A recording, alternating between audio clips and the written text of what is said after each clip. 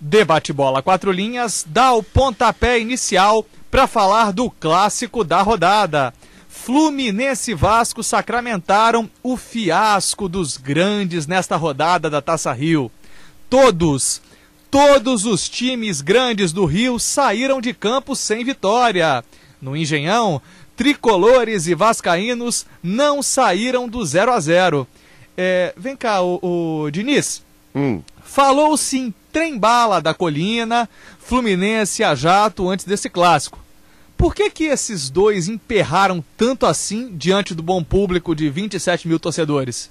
Olha, Vinícius, porque os dois mais pareciam uma carroça e um jegue, né? Porque realmente, no primeiro tempo, realmente parecia, o Vasco parecia o trem-bala e o Fluminense parecia a jato mesmo, né?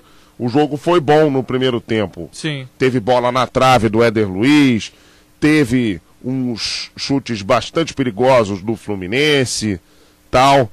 Defesas do Berna também. Defesas do Berna, pois é.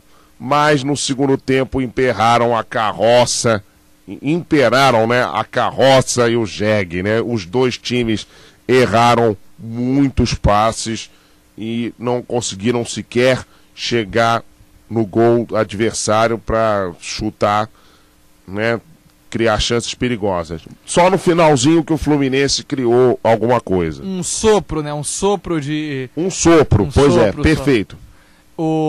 Para você, Bruno, o empate foi justo? Antes de responder a tua pergunta, só para falar aqui a pergunta que você fez para ele, para mim foi greve dos transportes. Também, perfeito. Foi greve na malha ferroviária, foi na via aérea, tudo parado lá nos transportes. Nos ônibus também? Isso, agora o que você me perguntou... Greve das vans. O empate ele foi bem chatinho, né? O primeiro tempo, como o Fernando disse, foi interessante, assim, os primeiros 20 minutos, o Vasco ele começou bem, depois, não, minto, o Fluminense começou melhor, depois o Vasco melhorou, depois da parada técnica. No segundo tempo foi muito chatinho e achei até que o empate foi justo. O Berna trabalhou bem, gostei do goleiro do Fluminense, ele trabalhou muito bem, mas foi justo o empate sim. Eu achei o Fluminense também muito exposto na defesa e o Vasco errando muitos passes. Eu achei que foi esse lado a lado, assim, os erros também justificaram, né, esse empate sem gols. Eu acho que essa exposição na defesa consagrou ontem foi o menino do gol contra lá do Fluminense. O Digão. O Digão. Ontem consagrou ele se redimiu do papelão que ele fez contra a América do México. É verdade, o Digão realmente teve uma atuação muito boa, ele foi muito seguro ontem. E nesses erros de passe do Vasco, quem é que não se consagrou? Olha, rapaz, tá difícil aí dizer quem é que não se consagrou, porque foram muitos jogadores, né, que não se consagraram, né? Tem alguns aqui, viu? Alguns aqui. Tem, por exemplo, o Eduardo Costa, para variar, o Rômulo. O Rômulo também, realmente, eu acho ele um jogador até que desarma bem. Ele tem vocação para Williams. Ele desarma bem, mas ele é péssimo para dar passe. É verdade. E você, Bruno, que estava apontando aí, que você quer dar sua réplica ao que o Fernando Diniz estava dizendo? O time do Vasco ele tem vocação também para passe, ele está errando passe já tem um tempo.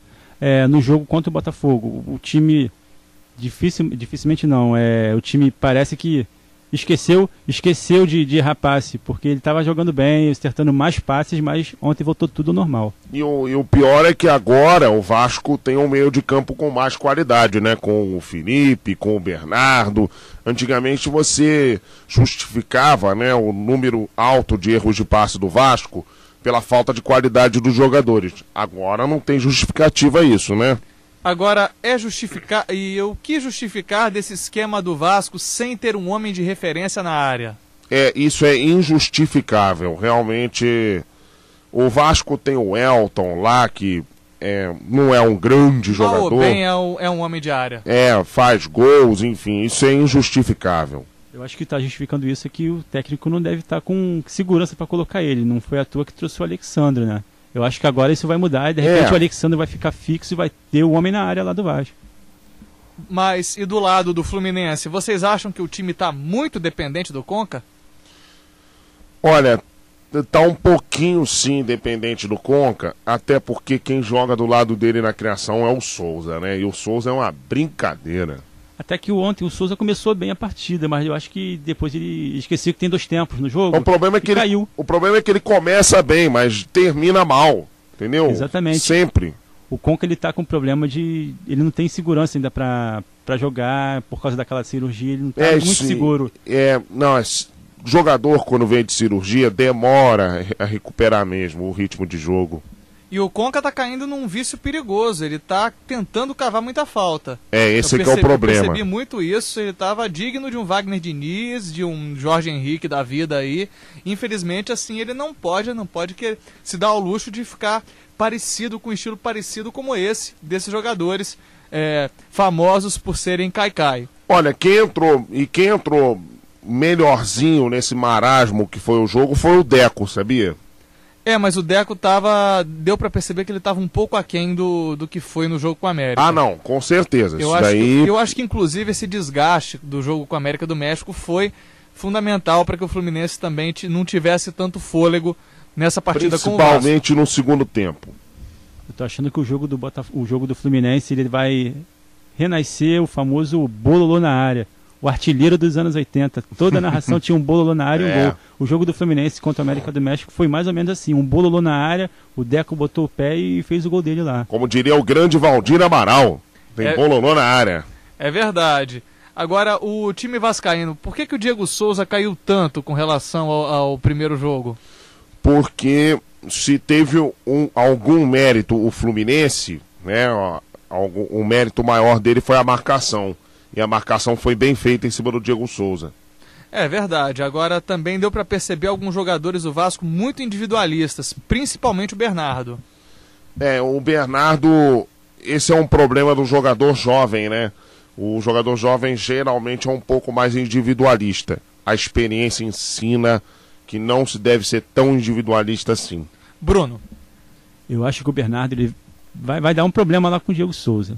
Porque o Bernardo veio de 2 partidas sendo aclamado, tá aí o jogador que vai salvar o Vasco, chegou no jogo contra o Botafogo, o Diego Souza estreou e todo mundo, Diego Souza, e esqueceram, até criticaram o Bernardo. Por causa de um contra-ataque que ele não deu a bola pro Ramon. Exatamente. Então ele tá querendo aparecer, mostrar o futebol dele, mas ele tá esquecendo que ele não joga sozinho, ele tem mais 10 jogadores para jogar com ele. Na dúvida dá uma bola a mais para ele, né? Agora, o Fluminense também pouco aproveitou as laterais, eu achei. Porque o Vasco estava com um jogador improvisado na direita, que era o Alan, e com um reserva na esquerda, que é o Márcio Careca. O Márcio Careca, inclusive, que é caracterizado porque nunca foi apresentado a bandeirinha de córner. O Márcio Careca, de novo, uma péssima partida, né? E o Alan, coitado, improvisado, né? A gente nem pode falar muito. Mas do lado do Fluminense, o problema é que na lateral esquerda tem um jogador chamado Júlio César, né? Que não é muito confiável. Aliás, alguns amigos tricolores comentaram, né? O Júlio César foi até a linha de fundo pela primeira vez na vida. O mundo vai acabar. E do outro lado, do lado direito tricolor, o Mariano tá de novo, né? Uma partida muito tímida, muito aquém. Tá numa fase bem ruim. Uma fase bem ruim o Mariano. Então era fogo de palha o futebol do Mariano, já lançando polêmica? Acho que não. Acho que ele é bom jogador, mas como todo jogador entra em fase ruim, né? O Bruno Ávila discordou com a cabeça aqui. Diz aí, Bruno, por quê? Eu acho que não. Acho que o Mariano ele é um bom jogador. Como o nosso amigo Fernando disse, uma fase acontece com todo jogador. E outra coisa, eu também não entendi foi por que o Anderson não botou os laterais para subirem mais, jogar mais pelas já que o Vasco jogou sem lateral, né? Botou 2 jogadores só para fazer número, porque o Márcio Careca não joga nada quando ele vai pro Vasco, aí ele sai para um time menor, joga melhor. O Alan, como o Vinícius falou, é um jogador improvisado na posição, quebra galho, dava perfeitamente para se arrumar ele pelas laterais. É verdade, eu acho que inclusive o time tricolor poderia ter rendido também no meio de campo. Achei o Diguinho muito tímido também para armar a jogada. Eu achei o Diguinho errando muito passe, comprometeu. O Diguinho errando muito passe Que novidade, hein? Aliás, uma dupla sertaneja no Fluminense, né? De Ganho e Diguinho. É verdade. Agora... Vocês acham que o Fluminense renderia melhor com 3 zagueiros? Não sei, eu discordo tanto de trio de zaga. Eu não gosto muito desse esquema de trio de zaga, eu acho muito fechado. Eu acho que 3 zagueiros aqui no Brasil virou moda. Depois da Copa, todo mundo quer jogar com 3 zagueiros. Não tem muita compatibilidade com o nosso perfil de futebol. Eu acho que é mais para futebol europeu. Mas você sabe por quê? Porque você falou em liberdade aos laterais para subirem, né? Então 3 zagueiros é um esquema que dá mais liberdade para os laterais subirem. O próprio 4-4-2 tem como você fazer isso. É só você saber organizar os seus volantes para cobrir a subida dos laterais. Tem como você fazer isso mesmo. Mas o 4-4-2 é um pouquinho mais complicado, né? O próprio esquema com 4-4-2 de losango, por exemplo, você pode recuar um volante. Lógico. Fazer um líbero, alguma coisa desse tipo. Tem várias formas de fazer isso sem botar 3 zagueiros. Acho que o time perde no meio campo ou no ataque. Mas o Fluminense, por exemplo, se eu botasse 3 zagueiros, eu tiraria o Souza, que não perderia muito, não. Só para encerrar aqui o debate da primeira parte sobre o clássico entre Fluminense e Vasco.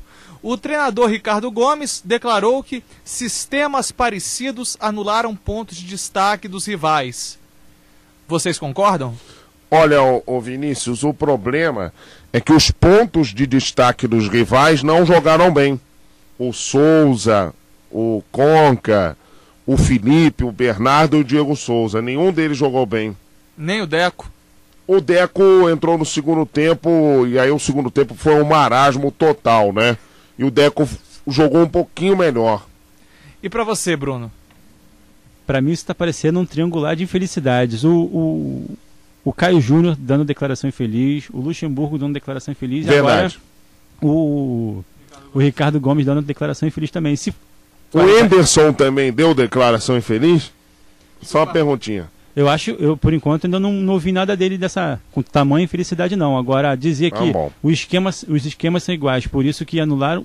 Então 4-4-2 contra 4-4-2 vai ser sempre 0-0, 4-3-3, vai ser todo jogo então que tiver time com esquema igual vai ser tudo 0-0. Acho que é história para boi dormir isso aí. Com certeza. Ou seja, ele está praticamente dizendo que é para aproveitar. O pessoal vai acompanhar, vai jogar cricket, vai jogar rugby, que parece que vai ser mais interessante, porque senão vai ser tudo ficando em 0-0. Concordo. O melhor e o pior de Fluminense e Vasco. A perspectiva para as duas equipes em seus próximos jogos. Tudo isso no nosso segundo tempo para Fluminense 0, Vasco também 0.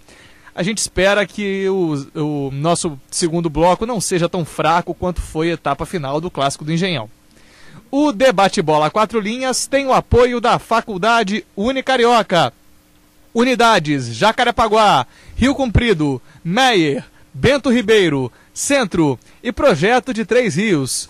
Unicarioca, formação de verdade. Acesse o canal 4 Linhas no YouTube, www.youtube.com/blog 4 Linhas, www.youtube.com/blog 4 Linhas. A comunicação está no ar.